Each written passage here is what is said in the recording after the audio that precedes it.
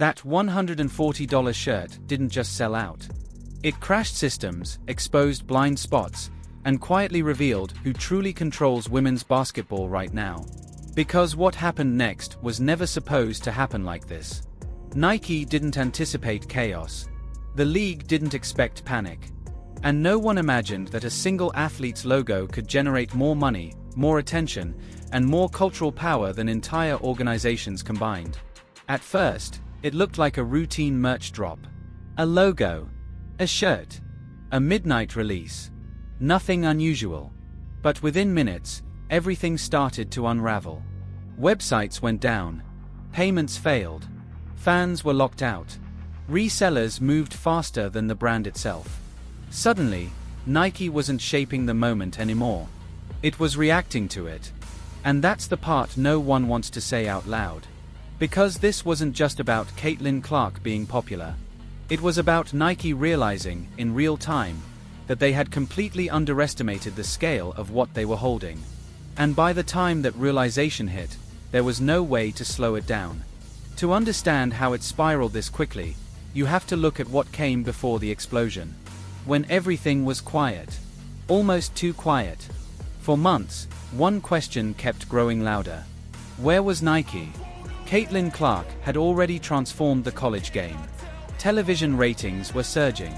Arenas were selling out. Clips were breaking records online. And yet, from the largest sports brand in the world, there was almost nothing. No major rollout.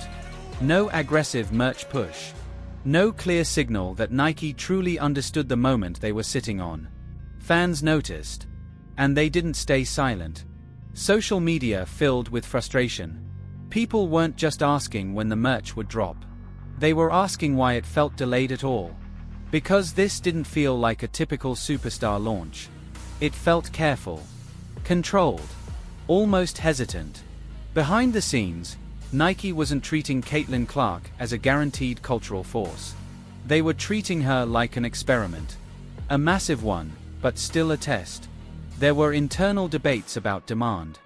Questions about whether her audience would actually convert into buyers. Concerns about how large women's speculation intensified.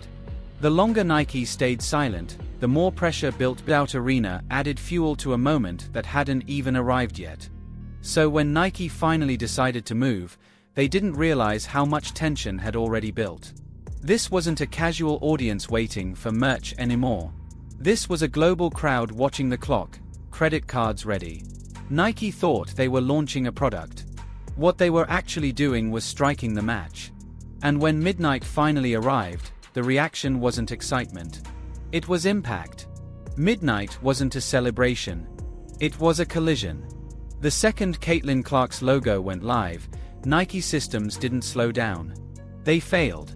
Pages froze. Checkout screens disappeared. Carts that took minutes to fill were erased in seconds. At first, fans blamed their internet. Then their phones. Then the app. But it wasn't them. Nike's infrastructure was being hit harder than it had been during launches that defined entire eras of sports history. And that was the most alarming part. This was supposed to be simple. It wasn't a shoe. There were no sizing complications. No custom options. Just a shirt. And yet, within seconds, millions of people were refreshing at the exact same time. Not hundreds of thousands. Millions. The Nike app began throwing error messages almost immediately. The website stalled, partially loaded, then crashed again. Some fans reached checkout, only to be kicked out before payment processed. Others watched the page reload into nothing. While fans panicked, Nike's internal dashboards lit up. Traffic spikes that didn't even look real. Order volumes reaching levels usually reserved for global sneaker events. Systems designed to handle chaos were suddenly overwhelmed by a product no one inside the company expected to hit this hard. People began comparing it to Jordan releases. Others mentioned LeBron's first signature drops. But the timelines didn't match. Those moments built over days. This happened in seconds. Reports soon surfaced that Nike managed to process hundreds of thousands of orders before the systems failed completely. And even that number didn't represent true demand. It only captured the fraction that slipped through before everything collapsed. What fans never saw was the internal scramble. IT teams racing to stabilize servers. Emergency protocols activating. Executives being alerted that what was supposed to be a routine merch drop had turned into a full-scale incident. And still, the demand didn't slow down. Every crash triggered more refreshing. Every error message made the product feel even rarer. Scarcity wasn't being marketed. It was being lived. That's when something shifted. This was no longer a brand controlling hype. This was the audience overpowering it. Nike had planned for interest. They hadn't planned for obsession. As systems struggled, screenshots flooded social media. Failed checkout pages. Error messages. And lucky buyers celebrating purchases like they'd won the lottery. Beneath all of it was a quiet realization forming inside Nike. This wasn't a successful launch. It was a loss of control. Because when a brand loses control of access, it loses control of pricing, perception, and momentum. And the people who understood that fastest weren't Nike executives. They were resellers. The moment Nike's systems began breaking, someone else recognized the opening and didn't hesitate. While fans refreshed in panic, resellers were already inside. Not guessing. Not hoping. Executing. Sophisticated bots. They flooded the checkout process, hammering refresh thousands of times per second. Multiple accounts. Multiple IP addresses. Automated scripts designed for moments exactly like this. To the average fan, it looked like terrible luck. To resellers, it looked like a clearance sale. Because scarcity doesn't scare them. It feeds them. While Nike struggled to keep the site online, resellers were locking in dozens, sometimes hundreds of shirts at once. By the time most fans even realized the drop was live, the supply had already been siphoned away. And within minutes, the aftermath appeared online. Listings didn't go up hours later. They didn't wait until the next day. They went live almost immediately. $40 shirts were suddenly listed for $200. Then $300. Some climbed even higher. No negotiations. No hesitation. The market decided the value before Nike ever had the chance. That's when the tone changed. This wasn't just a sellout anymore. It was a takeover. Fans weren't just disappointed. They were angry. Screenshots of resale listings flooded social media. How is this already reselling? Who even managed to get one? This is ridiculous. And every complaint only made the shirt feel more valuable. Because resale doesn't thrive on fairness. It thrives on emotion. The faster the listings moved, the more attention the product received. The more attention it received, the more buyers piled in. Even people who never planned to buy at retail. Some weren't even Caitlin Clark fans. They were chasing the moment. Resale platforms began reporting something they had never seen before. A non-shoe item moving faster than limited release sneakers. Transactions stacking up at a pace usually reserved for the rarest drops in the market. Entire sneaker communities took notice, not because it was women's basketball merchandise, but because it was outperforming their own gold standards. And Nike was watching it happen in real time. Once resellers control the first wave, brands lose leverage. They can't stabilize pricing. They can't shape perception. They can't slow momentum even if they want to. Scarcity was no longer strategic. It was chaotic. Some resellers bragged openly about their profits. Others stayed quiet and let the numbers speak. Either way, the message was unmistakable. This wasn't a niche audience. This wasn't a novelty. This was a demand curve Nike had failed to map correctly. And while Nike was still trying to stabilize its own systems, something even bigger was unfolding. This frenzy wasn't staying contained inside the United States. Because once resale prices started climbing, the rest of the world started paying attention. What began as a broken midnight launch in America didn't cool down. It multiplied. As screenshots spread and prices surged, international fans realized something critical. This wasn't just an American moment. It was coming for them next. When the shirt went live overseas, The same problems followed everywhere. The same errors. The same crashes. The same disbelief. In Europe, Nike's servers buckled all over again. Fans refreshing at dawn watched the site freeze, just as it had hours earlier across the Atlantic. Some assumed the issues would be fixed by then. They weren't. Demand didn't care about time zones. In Asia, the situation escalated even faster. Clark already had a massive following there, built through highlight reels, social media clips, and non-stop coverage of her shooting range and confidence. The moment the shirt appeared, resale listings exploded at prices that shocked even experienced buyers.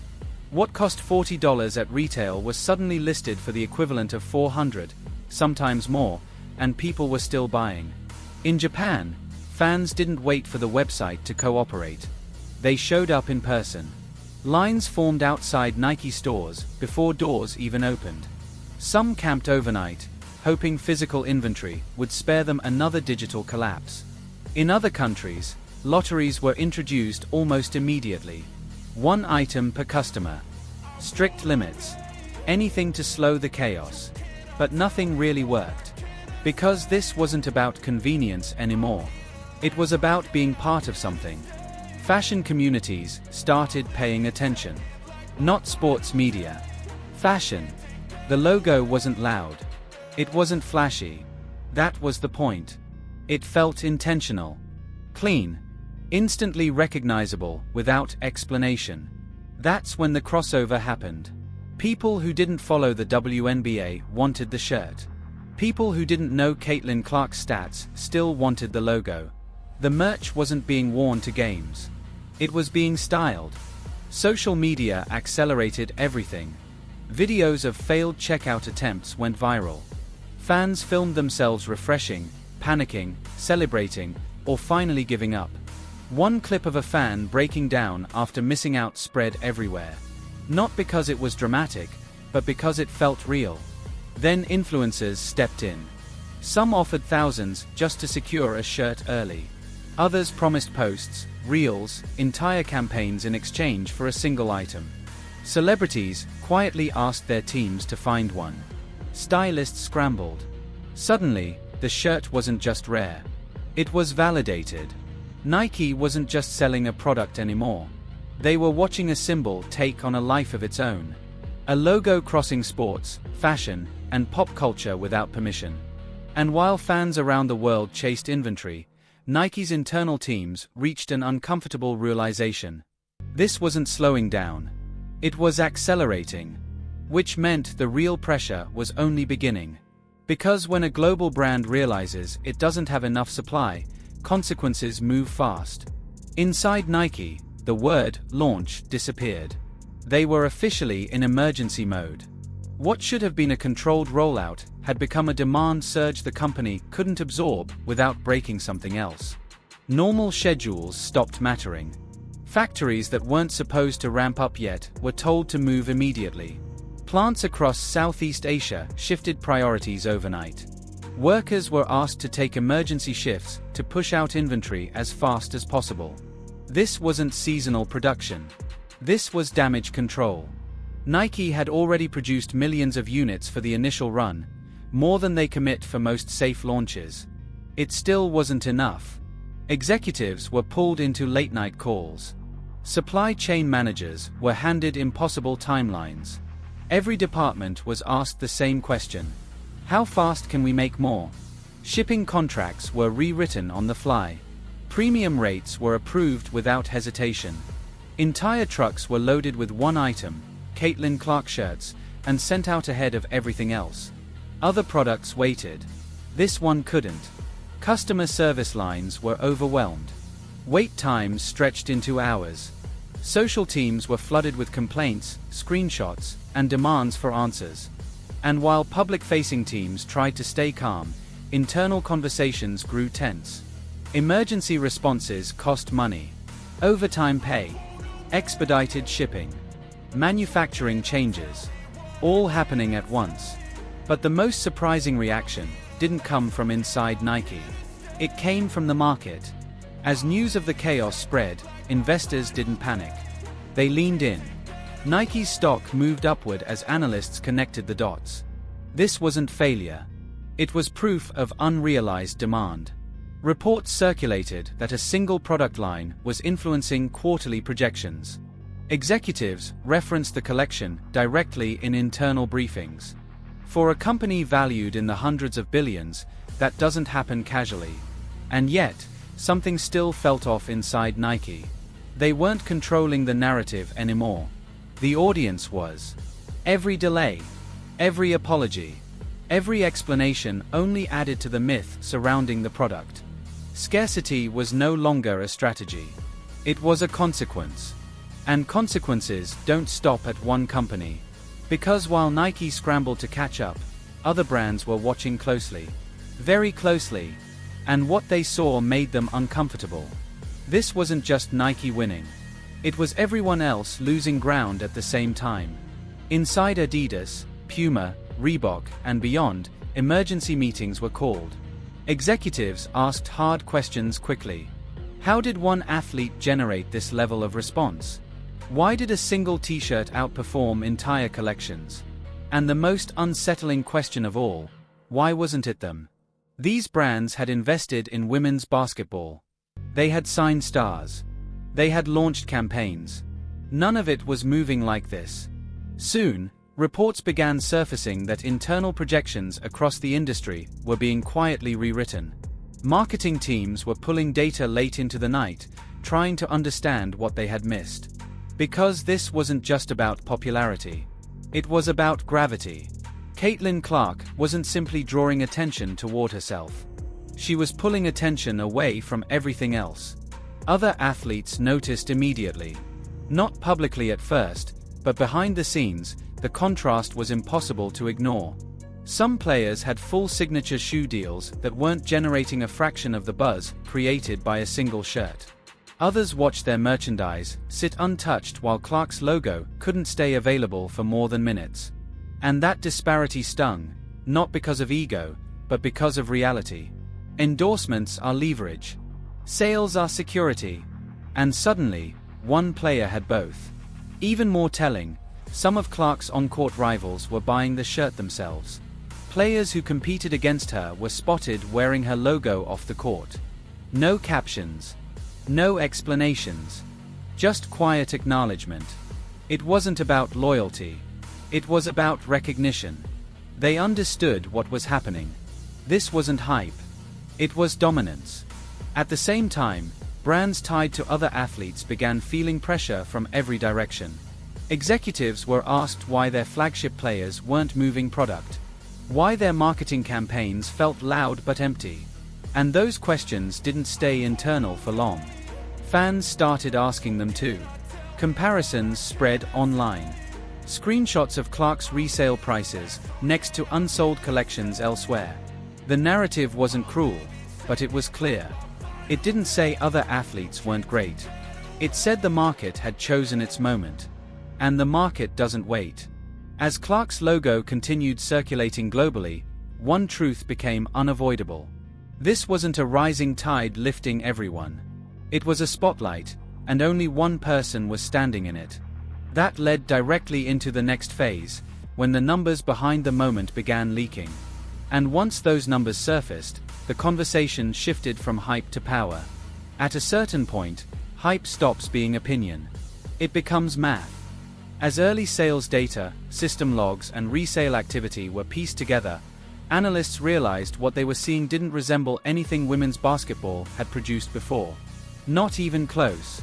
Within weeks, estimates emerged suggesting Clark's merchandise line had generated hundreds of millions in revenue. And this wasn't projection. It was conservative math based on sell-through rates, reorders, and verified transactions.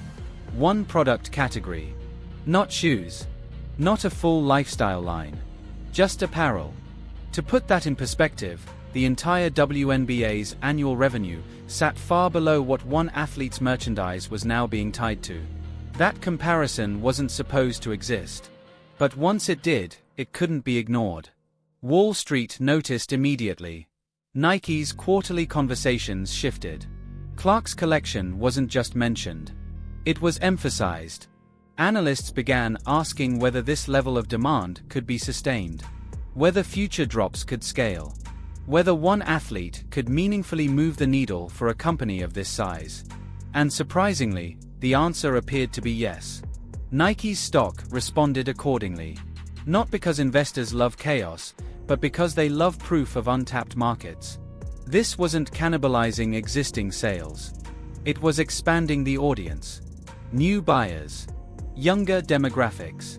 International markets that hadn't engaged like this before. That's where the real shift happened. This wasn't about women's sports catching up. It was about outperforming. Reports showed women's apparel moving faster than comparable men's releases in multiple regions. Not because it was discounted, because it was wanted. Fashion outlets picked up the story next. Then business media. Then mainstream news. And suddenly, Caitlin Clark wasn't just an athlete. She was a case study. Marketing teams across industries began referencing the launch. Not for what Nike did right, but for what they didn't anticipate. Because the scale wasn't supposed to arrive this fast. And when growth outruns infrastructure, tension builds, especially inside the institutions meant to manage it. Which brings us to the most sensitive part of this story.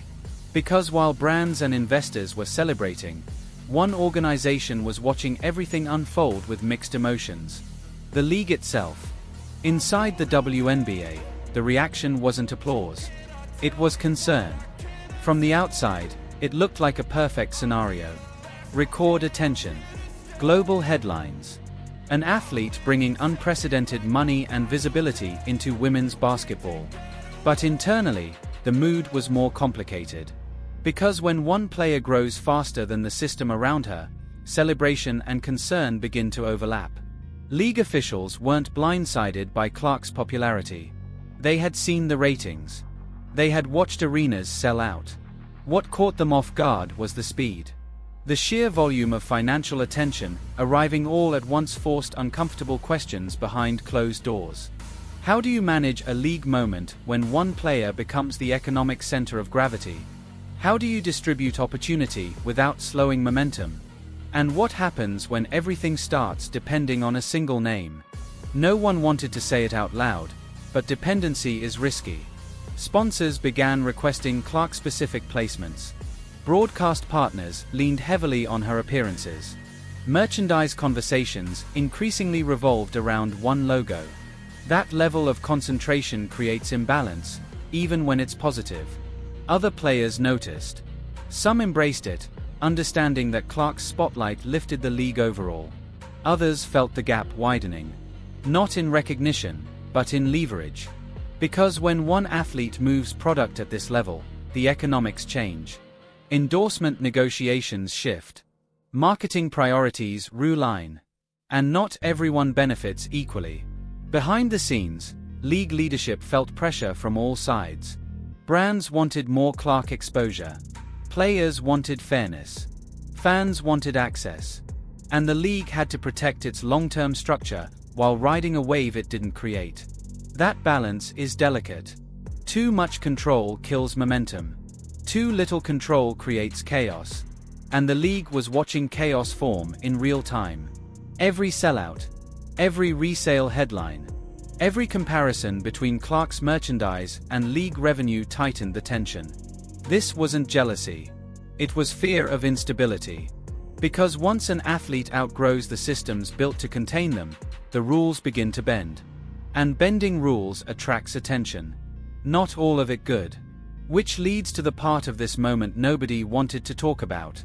Because when demand explodes this fast, it doesn't just attract fans. It attracts opportunists. And the next wave wasn't about celebration. It was about exploitation. The moment demand crossed a certain threshold, something else followed. Not excitement. Imitation. Within days, counterfeit versions of Caitlin Clark's logo began appearing. At first, they were subtle. Low-quality prints, off-color stitching, easy to spot. But they didn't stay that way. As demand climbed, the fakes became more sophisticated.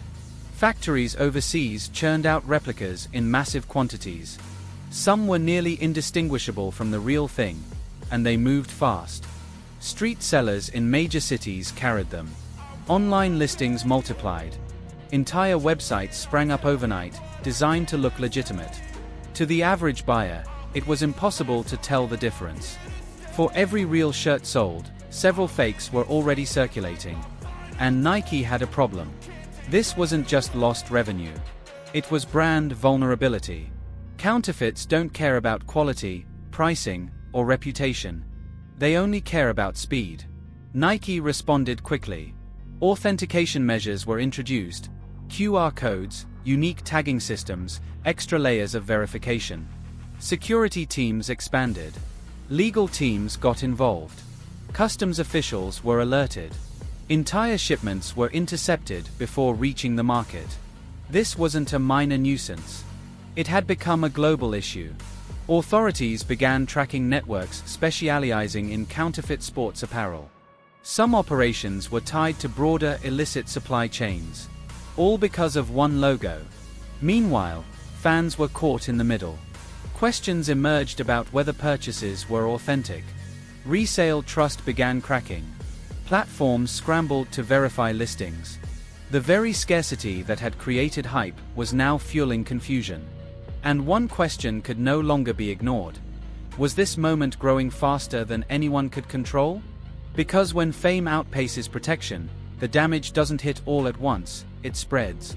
Nike, the league, and the wider industry were forced to confront the reality. This wasn't just a launch gone wild. It was a stress test. And the results were overwhelming. One unavoidable question remained. What happens when a single player doesn't just break records, but breaks the structure around her? At this point, it was impossible to deny. This wasn't about a logo, or timing, or even Nike. It was about scale. Caitlin Clark didn't just outperform expectations. She outgrew the system built to manage her. Every part of the infrastructure around women's basketball had been designed for gradual growth, step-by-step progress, measured expansion. But this? The market responded instantly, aggressively, globally. Fans didn't wait for permission. Brands didn't set the value. Institutions didn't control the pace. The audience did. And once that happens, power shifts. Nike learned that lesson in real time. So did rival brands. So did the league. Because when one athlete becomes the primary driver of revenue, attention, and cultural relevance, the traditional hierarchy doesn't hold. Schedules bend. Marketing priorities change. Negotiations feel different, not because anyone demanded it, but because the numbers forced it. This moment didn't come from a carefully planned campaign. It came from demand building quietly, then exploding all at once. And the most telling part? Caitlin Clark said very little. She didn't hype it up. She didn't stir controversy. She just kept playing. And that made the contrast even sharper. While systems scrambled, she stayed steady. That's what makes this moment dangerous for old models. It proves something uncomfortable. You don't need permission to become bigger than the structure around you. You just need momentum. And once momentum reaches this level, the rules don't disappear. They change. The league will adjust. Brands will adapt. Competitors will try to replicate it. But this moment can't be undone. It set a new ceiling. And the next time an athlete approaches this level of demand, the question won't be if it can happen. It will be, who is ready when it does? Even after the headlines faded and the sellout stopped trending, the impact didn't disappear. It settled quietly, but permanently. Because moments like this don't end when inventory restocks. They ripple outward in boardrooms. Caitlin Clark's name started appearing in conversations that had nothing to do with basketball. Executives in fashion, media, tech, they weren't asking how many shirts sold. They were asking, what happens next? What does a league do when its biggest draw doesn't need the league to create demand? What does a brand do when an athlete's audience moves faster than corporate planning cycles? Those questions don't have quick answers. And that's what makes this moment dangerous. Because once brands realize athletes can generate independent gravity, everything changes. Contracts, revenue splits, Control. Future stars won't just ask for exposure. They'll ask for ownership, leverage, influence beyond the court. And the Caitlin Clark moment becomes the reference point. Not because she demanded it, but because she proved it was possible. The early signs are already visible. Young players are watching closely. Agents are recalibrating expectations. Brands are rethinking how early they commit and how hard they move. The system is adjusting in real time. And the most ironic part? This shift didn't come from controversy, conflict, or rebellion. It came from demand. Pure, undeniable demand. That's why this story matters more than a shirt. More than a logo. More than a launch gone wild. It marks the moment women's basketball stopped asking for space and started taking it. Once that line is crossed, there's no going back.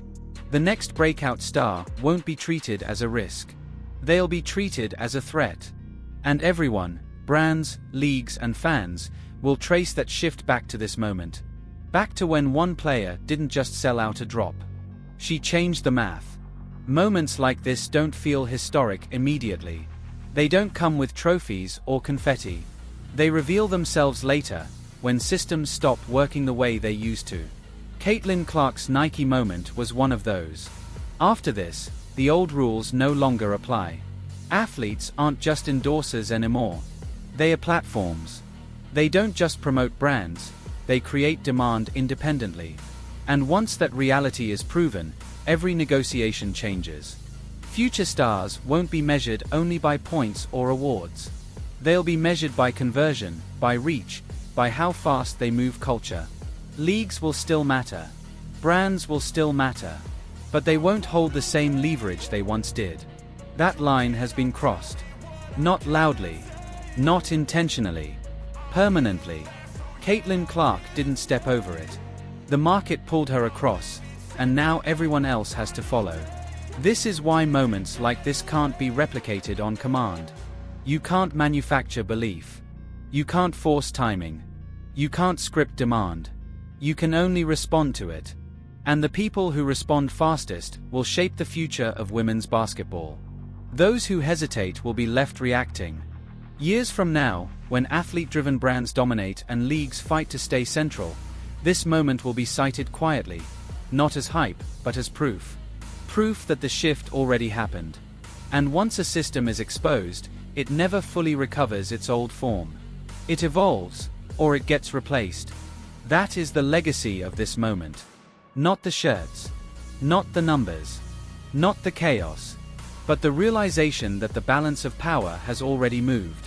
Most people didn't notice until it was too late. This wasn't a merch drop. It was a stress test.